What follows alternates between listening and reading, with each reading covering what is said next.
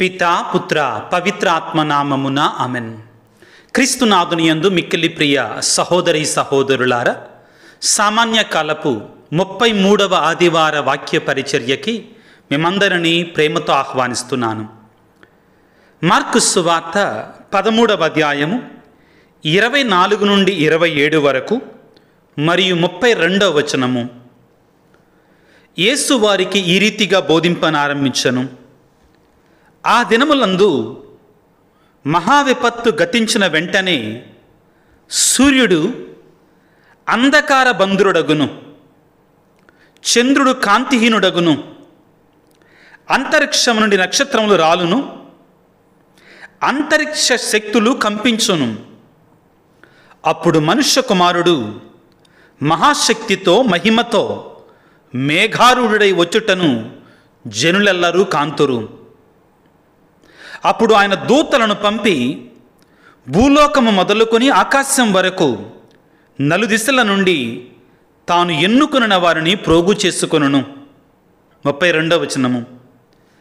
ఆ దినము ఆ గడియ ఎప్పుడు వచ్చునో నా తండ్రి తప్ప పరలోకమందున్న దూతలు గాని కుమారుడు గాని మరెవ్వరు గాని ఎరుగరు అని యేసు బోధించెను. క్రీస్తునాథుని యందు మిక్కిలి ప్రియులకు సహోదరి సహోదరులారా, దైవార్చన సంవత్సరం అనేటువంటిది ఈ నవంబర్ నెలలో చిట్ట చివరి ఆదివారంగా క్రీస్తురాజు మహోత్సవంగా మనం కొనియాడుతూ ఉంటాం. అదేవిధంగా నవంబర్ నెలంతా కూడా మనం ఆత్మలను గురించి, మరణాన్ని గురించి, కడగతులను గురించి ఎక్కువగా ధ్యానం చేస్తూ ఉంటాం. దానిలో భాగంగానే ప్రధానంగా ప్రభుక్రీస్తు యొక్క 2వ రాకడను గురించి మరి ముఖ్యంగా ఈ రోజుల్లో మనం ధ్యానం చేస్తూ ఉంటాం, ధ్యానం చెయ్యాలి ప్రియులారా. ఈనాడు కూడా దేవుని యొక్క వాక్యం మనకి ప్రభు యొక్క 2వ రాకడను గురించి మనకు బోధిస్తూ ఉంది. ప్రతి మనిషి కూడా, మనందరము కూడా ఏ విధంగా ఒకానొక రోజున దేవుని చిత్తానుసారంగా ఈ లోకములోనికి వచ్చామో అదేవిధంగా ఒక రోజున ఈ లోకాన్ని విడిచిపెట్టి వెళ్ళిపోవాల్సిందే. ఇది నిజం ప్రియులారా, ఇది సత్యం. అయితే ఏంటి, జీవితం అంతేనా, జీవిత పరమార్థం అంతేనా అంటే కాదు, చాలా ఉంది. ఈ నవంబర్ నెల 11వ తారీఖున జరిగినటువంటి సంఘటన మీ ముందుంచాలనుకున్నాను. ఈ కార్మెల్ నగర ప్రాంతంలో నాకు కాస్తో కూస్తో తెలిసినట్టు ఒక వ్యక్తి, సుమారుగా 52-53 సంవత్సరాల వయసు, బాగానే ఉన్నారు, చాలా వరకు ఆరోగ్యంగా ఉన్న, పెద్ద కాంప్లికేషన్స్ ఏమీ లేవు, పెద్ద అనారోగ్య సమస్యలు ఏమీ లేవు. ఈ నడుముకు సంబంధించి చిన్న ఆపరేషన్ చేయించుకున్నారు. ఆపరేషన్ చేయించుకున్న తర్వాత 2 వారాల క్రితం ఆపరేషన్ అయింది, అంతా బాగానే ఉంది అనుకున్నారు.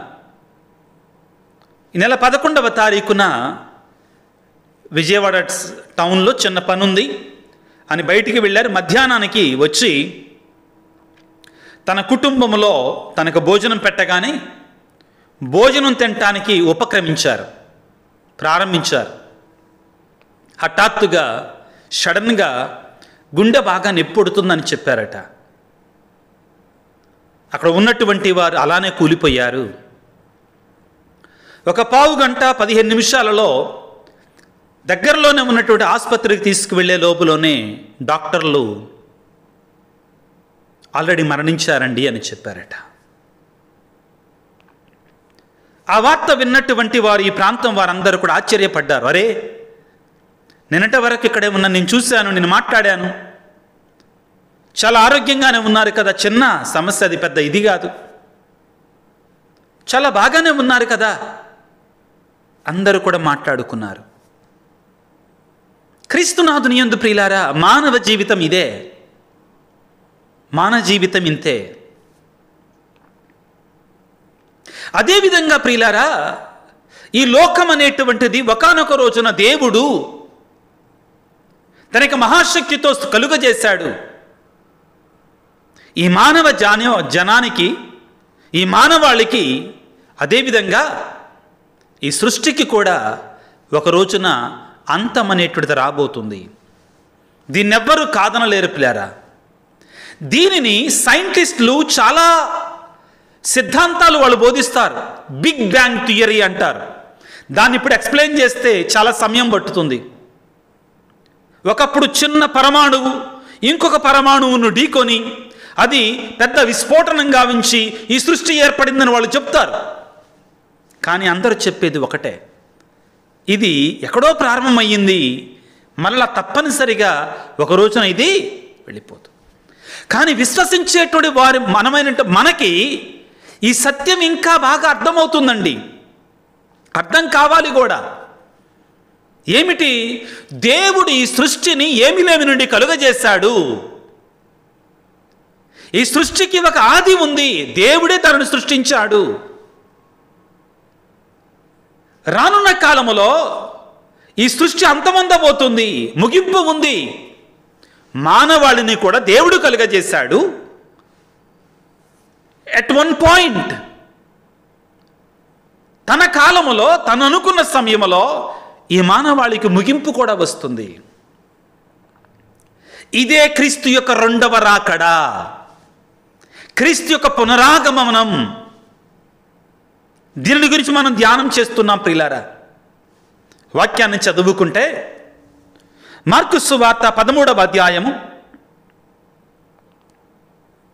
26వ వచనములో, అప్పుడు మనుష్య కుమారుడు మహాశక్తితో మహామహిమతో మేఘారూఢుడై వచ్చుటను జనులెల్లరూ కాంతురు.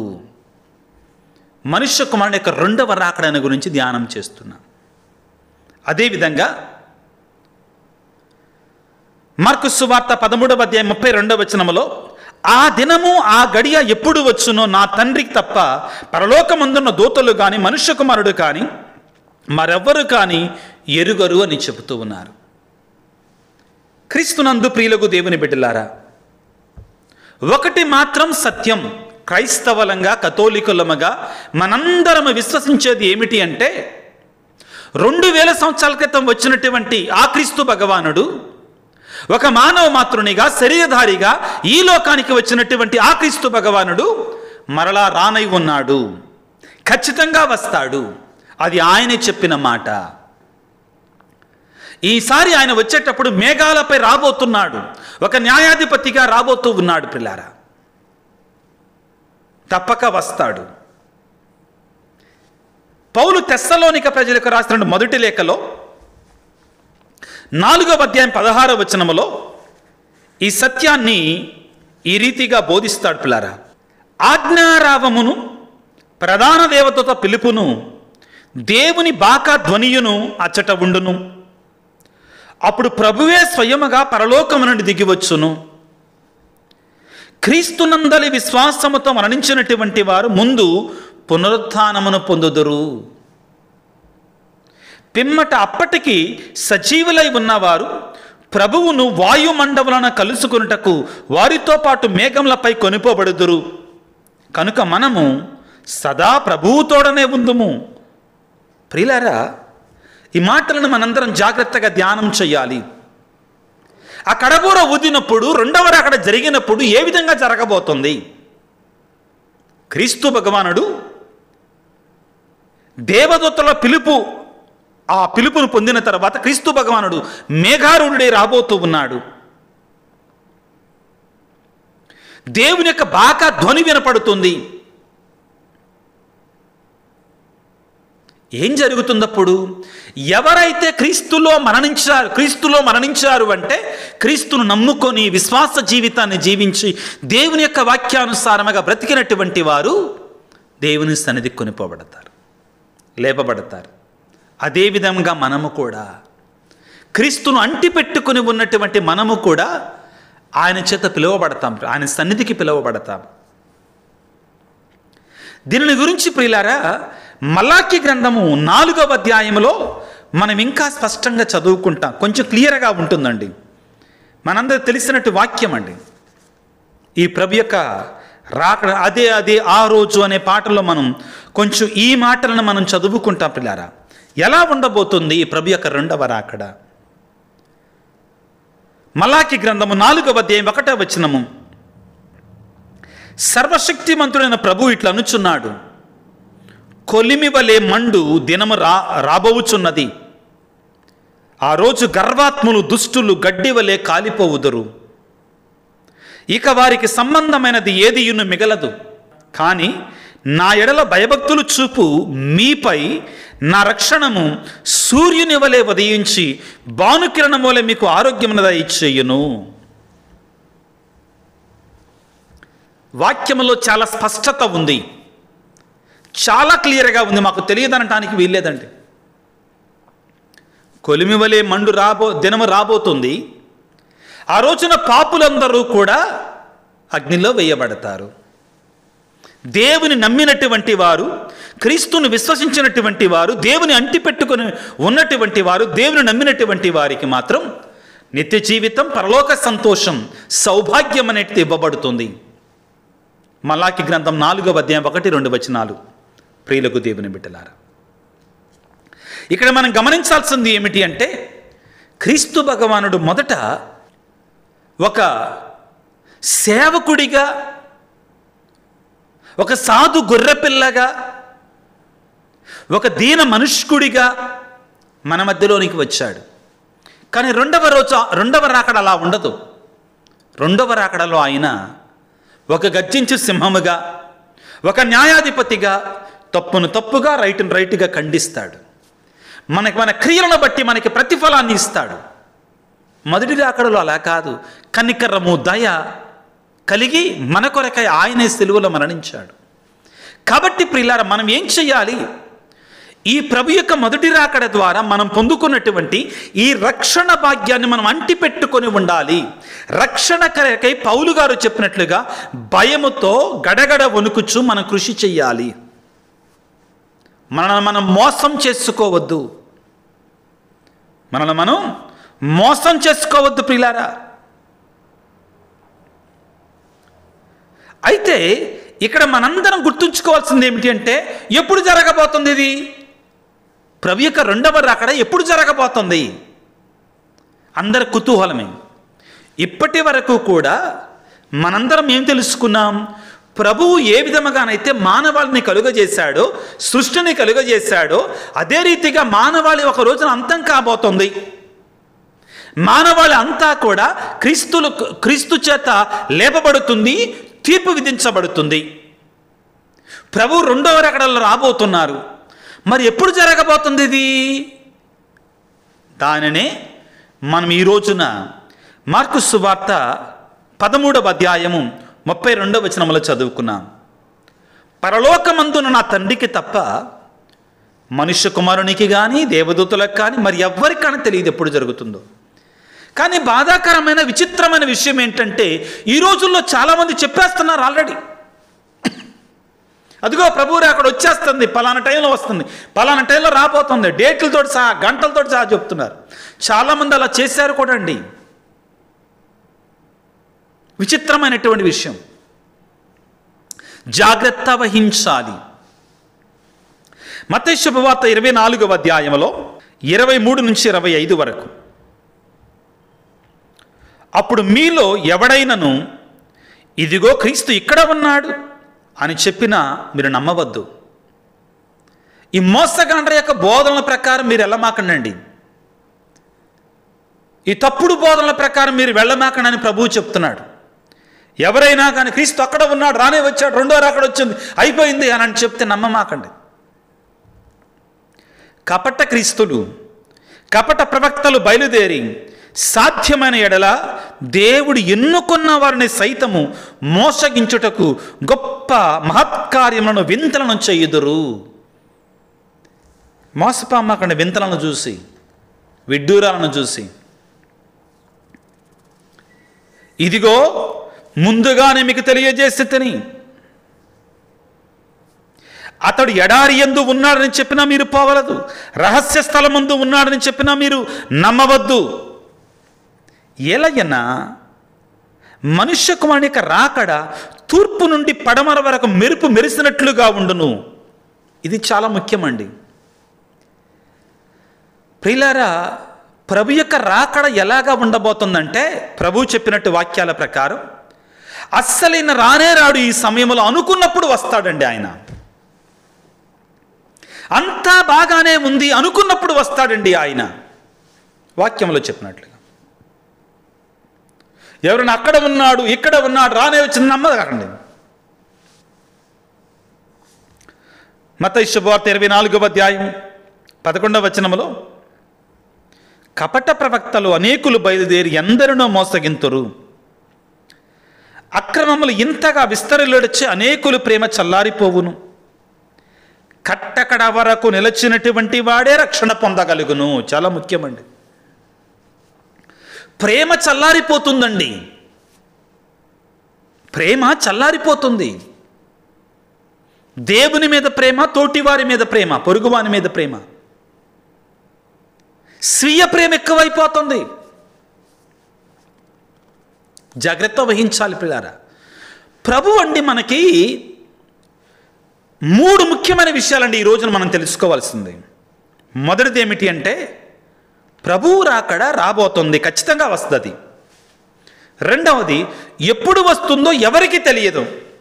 మూడవది, అందరం సిద్ధపడి ఉండాలి. ఈ 3 ముఖ్యమైన సందేశాలు ఈరోజు.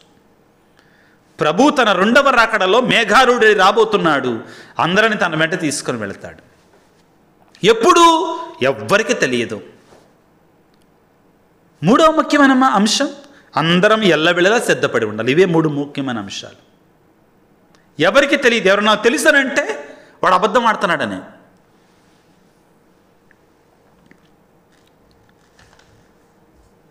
కానీ కొన్ని గురుతులు, కొన్ని సంజ్ఞలు మాత్రం చూపిస్తున్నారు ప్రభు. ప్రేమ చల్లారిపోద్ది,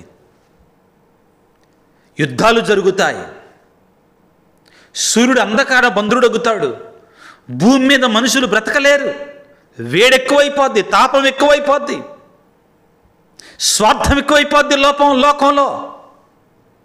పాపాన్ని సులకచూత్రంగా చేసేస్తారు. పాపం అంటే భయం ఉండదో, భక్తి ఉండదో, తల్లిని పిల్ల గౌరవించదో, పిల్లని తల్లి గౌరవించదో, వావి వరుసలు ఉండవో. ప్రభు చెప్తాడండి, మీరు చదువుకోండి కావాలంటే. మత్తయి శుభవార్త 24వ అధ్యాయాన్ని అన్నీ కూడా చదువుకోనండి. చాలా ఉంటాయి అక్కడ ప్రియులారా, చాలా విశేషాలు ఉంటాయి. ఇవన్నీ కూడా ప్రియులారా మనకి కొన్ని గురుతులుగా ప్రభు చూపిస్తున్నాడు. మోసపోవద్దంటున్నాడు, జాగ్రత్త వహించమని అంటున్నాడు. మార్కు సువార్త 13వ అధ్యాయములో 24, 25 వచనాలు ఈ విధంగా ఉన్నాయి. ఏమని చెప్తున్నాడు? 24వ వచనం, ఆ దినములందు ఆ మహావిపత్తు గతించిన వెంటనే సూర్యుడు అంధకార బంధుడగును, చంద్రుడు కాంతిహీనుడగును, అంతరిక్షమున నక్షత్రములు రాలును, అంతరిక్ష శక్తులు కంపించును. ఇవన్నీ కూడా సృష్టిలో జరిగేటువంటి మార్పులు ప్రియులారా. దానికంటే ముందు మనం చదువుకుంటే ఇంకా మనం కొన్ని విషయాలు చదువుకుంటాం ప్రియులారా, ఏం జరగబోతుందని. యుద్ధాలు, శాంతి లేకుండా ఉండటం, సమాధానం లేకుండా ఉండటం. ప్రియులారా, ఇవన్నీ కూడా మనందరికీ హెచ్చరికలో. జాగ్రత్త వహించండి. నీ జీవితం ఏ విధంగా ఉంది, నీ బ్రతుకు ఏ విధంగా ఉంది, నిన్ను నీవు సిద్ధపరచుకుంటున్నావా, లేక నిన్ను నీవు మోసం చేసుకుంటున్నావా? మొదటిది, ఆయన తప్పనిసరిగా సరిగా రాబోతున్నాడు. రెండవ రాకడ జరుగు తీరుతుంది. రెండవది, ఎప్పుడు వస్తాడో తెలియదు ఆయన రెండవ రాకడ ఎప్పుడు జరుగుతుందో. మూడవది పిల్లారా, ఎప్పుడు జరుగుతుందో మనకు తెలియదు కాబట్టి ఎల్లవేళలా సిద్ధపడి ఉండాలి. పాతకాలంలో ఒక ప్రోవెర్బ్ ఉండే, తెలుగులో ఒక సామెత ఉండేది. పొయ్యే ప్రాణం వచ్చే వాన చెప్పిపోదు చెప్పిరాదు అనేవారు. వచ్చే వాన చెప్పిరాదు, పొయ్యే ప్రాణం చెప్పిపోదండి. ప్రభునందు ప్రియులకు దేవుని బిడ్డలారా, వాక్యములో ఈనాడు యేసు ప్రభు ముగింపుగా ఏమంటున్నాడంటే, ఈరోజు చదువుకునే వాక్యానికి ఒక అడుగు కిందికి వేస్తే, మార్కు సువార్త 13వ అధ్యాయము 33వ వచనములో, ఆ సమయం ఎప్పుడు వచ్చునో మీకు తెలియదు, కావున జాగరూకులై ఉండండి, సిద్ధపడి ఉండండి, మెలుకొని ఉండండి. బైబిల్ గ్రంథంలో ప్రియులారా చాలా సందర్భాలలో సిద్ధపడి ఉండటాన్ని గురించి మాట్లాడతారు. మత్తయి శుభవార్త 25వ అధ్యాయంలో 1వ వచనం నుంచి మనం చదువుకుంటే, బుద్ధి కలిగిన కన్యలు, బుద్ధి లేని కన్యలు, వివేకవతులైన కన్యలు, వివేకము లేని కన్యలు. వివేకము లేని కన్యలు సిద్ధపడి ఉండరు. పెండ్లి కుమారుడు వస్తాడు, వెళ్ళిపోతాడు, కానీ వాళ్ళు అక్కడే విడిచిపెట్టబడతారు. ప్రభువా మేమయ్యా అంటారు, మాకు తెలియదని పలుకుతారు. జాగ్రత్త వహించాలి పిల్లారా. మధ్యలో మీకు ఒక మాట చెప్పాను, అంతా బాగానే ఉంది, ఏం కాదు, అసలు ఇప్పుడు రానే రాడు అనుకుంటాం పిల్లారా మనం. అప్పుడే జరుగుతుంది హఠాత్తుగా. ఈ ప్రభువు రాకడను నేను 2 విధాలుగా చూస్తానండి. వ్యక్తిగతంగా ప్రభువును కలుసుకోవటం, సామూహికంగా ప్రభువును కలుసుకోవటం. వ్యక్తిగతంగా ప్రభువును కలుసుకోవటం అంటే ఒక వ్యక్తి మరణించటం, మరణమే మనం ప్రభువును కలుసుకోవటం. ప్రభువు రాకడ మన జీవితంలో ఏంటి? మనం మరణించటమేనండి. మరణించడం మనం ప్రభువును కలుసుకుంటాం, న్యాయాధిపతి అయిన ప్రభువును కలుసుకుంటాం. మన క్రియలను బట్టి ప్రభువు మనకు ప్రతిఫలాన్ని ఇస్తాడు. రెండవది, మరణించిన మనందరము కూడా ప్రభు యొక్క 2వ రాకడలో లేపబడతాం, ప్రభువు నుండి నిలబెట్టబడతాం. అవునండి. ఎఫెసీ పత్రిక 6వ అధ్యాయము 10 నుండి 16 వచనాలు దయచేసి చదువుకోండి. ఏం చేద్దాం మరి? ప్రభు తప్పనిసరిగా వస్తాడు అని చెప్తున్నారు. ఆయన ఎప్పుడు వస్తాడో ఎవరికి తెలియదని చెప్తున్నారు. మరి ఎలా, ఏం చేయాలి అంటే ప్రియులారా, ఎఫెసీ పత్రిక 6వ అధ్యాయము 10వ వచనం నుండి 20వ వచనం వరకు మనందరం చదువుకోవాలి. ఏం చెయ్యాలి మనం? రక్షణ కవచాన్ని ధరించి నిరంతరము పోరాడాలి. ఎవరితో? 3 జ్ఞాన శత్రువులతో, శరీరము, లోకము, పిశాచముతో. సర్వాంగ కవచనాన్ని మనం ధరించాలి. దేవుడు మనకు వసగినటువంటి సర్వాంగ కవచాన్ని ధరించి సాతాను మీద నిరంతరం పోరాడుతూ ప్రభువు రాకడ కొరకే మన జీవితంలో ఎల్లవేళలా కూడా సిద్ధపడి ఉండటానికి ప్రయత్నం చేయాలి. ఏమిటి సర్వాంగ కవచము? ఎఫెసీ పత్రిక 6వ అధ్యాయము 14వ వచనంలో, కనుక సిద్ధపడి ఉండు. ఇంతకుముందు చదివాను కదా. మార్కు సువార్త 13వ అధ్యాయంలో ప్రియులారా 24, 25, 33, 34 వచనాలలో ప్రియులారా సిద్ధపడి ఉండండి. 33వ వచనంలో సిద్ధపడి ఉండండి. అదే మాట ఇక్కడ పౌలు గారు చెప్తున్నారు. ఎఫెసీ పత్రిక 6వ అధ్యాయం 14వ వచనంలో, కనుక సిద్ధపడి ఉండు, సత్యమును నడుమునకు తోలుదట్టిగాను బిగింపుడు, నీతిని కవచముగా ధరింపుడు, శాంతిని గూర్చిన సువార్త ప్రకటన సంసిద్ధతను మీ పాదరక్షకులుగా చేసుకొనుడు, అన్ని సమయములందును విశ్వాసమును డాలును చేకొనుడు, దుష్టుడు ప్రయోగించి అగ్ని బాణమును అన్నిటిని దానితో ఆర్పివేయగలరు. రక్షణ అనే చిరస్త్రాలను పొంది ఉండండి, వాక్కువసకు ఖడ్గమును మీరు పొంది ఉండండి, అన్ని సమయములందును ప్రార్థనను ఎడతెగక చెయ్యండి. ఈ ఆయుధాలన్నింటినీ మనం ధరించి ఉండాలి. అవును ప్రియులారా, వ్యక్తిగత ప్రార్థన ఉండాలి మనకి. ఉదయాన్నే లేవగానే నువ్వేం చేస్తున్నావు? మోకరించుతున్నావా దేవుని సన్నిధికి? దేవునికి నీ దినాన్ని అర్పిస్తున్నావా? దేవా, నేను పాపములో పడకుండా నన్ను కాపాడయ్యా. చాలామంది ఈ రోజుల్లో నాకు చెప్పే మాట ఏంటంటే, యవ్వన ప్రాయం నుండి బిడ్డలను కలవడానికి వచ్చినప్పుడు నాతో చెప్పే మాట ఏంటంటే, ఫాదర్, నేను ఆ తప్పును చెయ్యొద్దు అనుకుంటున్నా, కానీ ఉండలేకపోతున్నానండి, నా వల్ల కాటలేదండి ఆ చెడు వైపు వెళ్లకుండా. మన శక్తి మనకు చాలదు, సర్వాంగ కవచాన్ని మనం ధరించాలి. ఎఫెసీ పత్రిక 6వ అధ్యాయం 10 నుండి 20 వరకు చదవండి ప్రియులారా దయచేసి. ఎలా మనం సాతాను మీద, అంధకార శక్తుల మీద గెలవగలమనేటిది మనకు అక్కడ రాయబడి ఉంటుంది.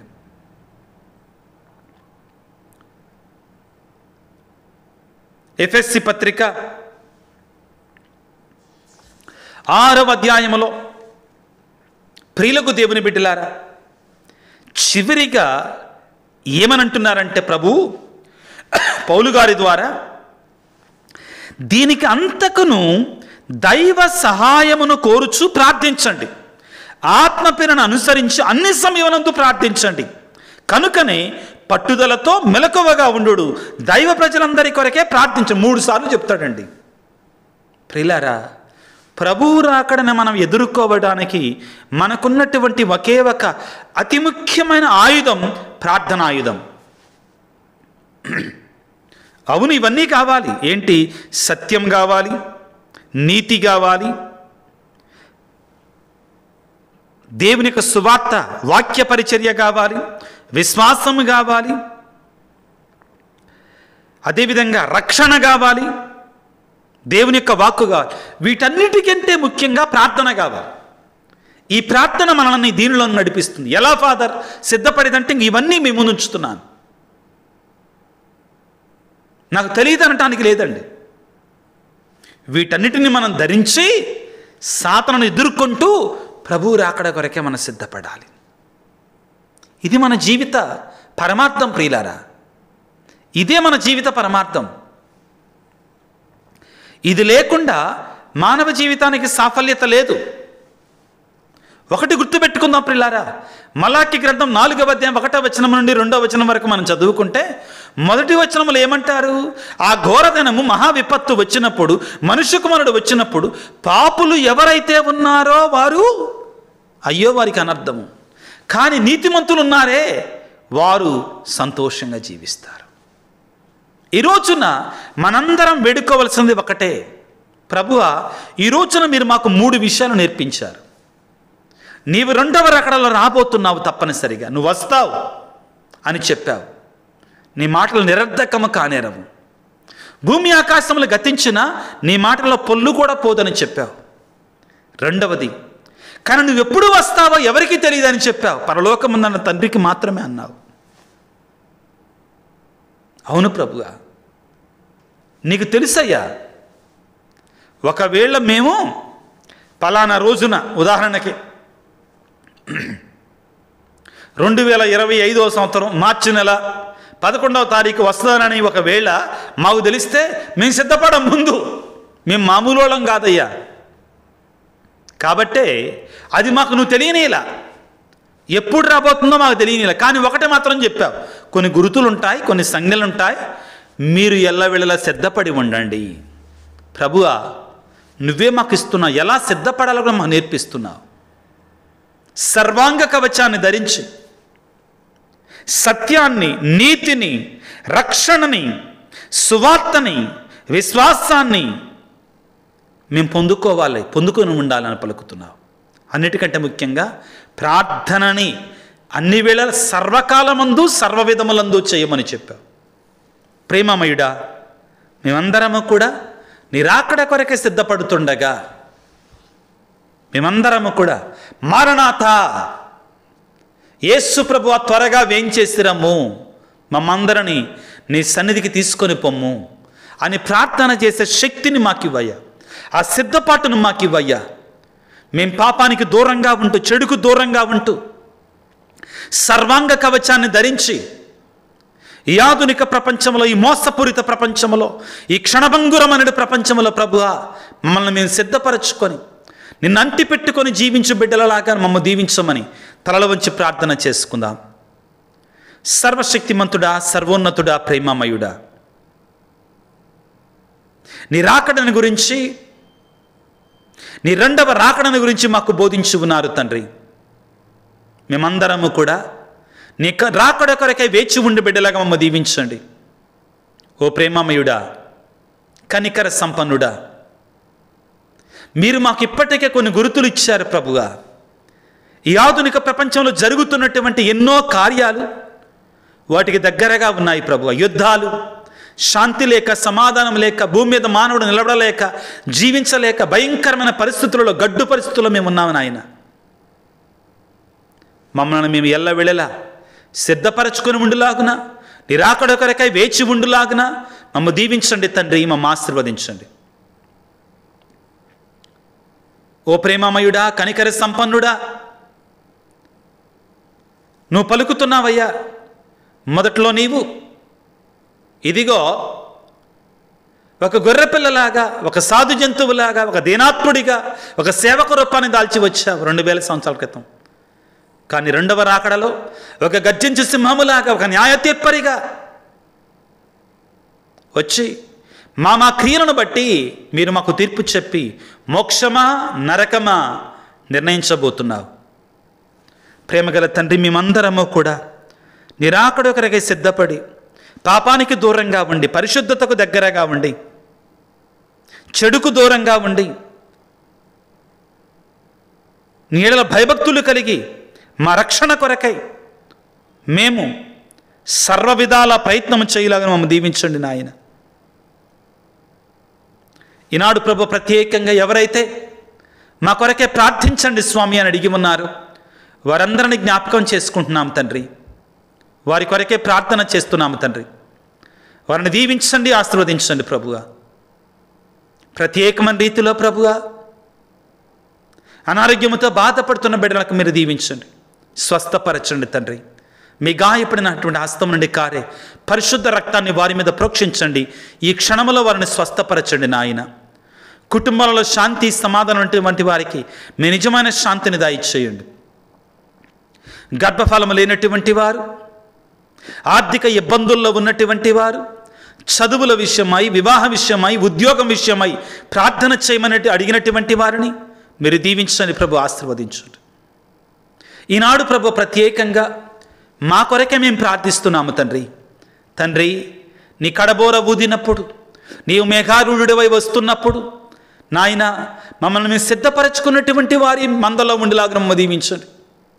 నీకు ఇష్టమైనటువంటి వారి మందలో ఉండేలాగా మమ్మల్ని దీవించండి. ఈ లోకాశలు, ఈ లోక సంపదలు, ఈ లోక కక్షలు, కార్పణ్యాలు ప్రభువా మమ్మ పాపం వైపు లాగకుండా మమ్మ కాపాడండి తండ్రి. నీ పరిశుద్ధాత్మ శక్తితో మమ్మ నింపమని ఈ వాక్య పరిచర్యలో పాల్గొన్నటువంటి నీ బిళ్ళందరినీ దీవించండి నాయన. ఇదిగో ఈ వీడియో క్రింద ఎవరైతే ఆశగుణ ప్రాణముతో ఇదిగో మెసేజ్లు ఉంచుతున్నారు, వారి ఉద్దేశాలు ఉంచుతున్నారు, వాటన్నిటిని కూడా ఆశీర్వదించి దీవించమని మా ప్రభు అయిన క్రీస్తు ద్వారా వేడుకొనుచున్నాము తండ్రి. ఆమెన్. ప్రభువు మీతో ఉందురుగాక, మీ ఆత్మతో ఉందురుగాక. సర్వశక్తి గల సర్వేశ్వరుడు పిత, పుత్ర, పవిత్రాత్మ మిమ్ము మీ కుటుంబాలని చల్లగా దీవించి ఆశీర్వదించి కాపాడుదురుగాక. God bless you. దేవుడు మిమ్ము దీవించుగాక. ఆమెన్.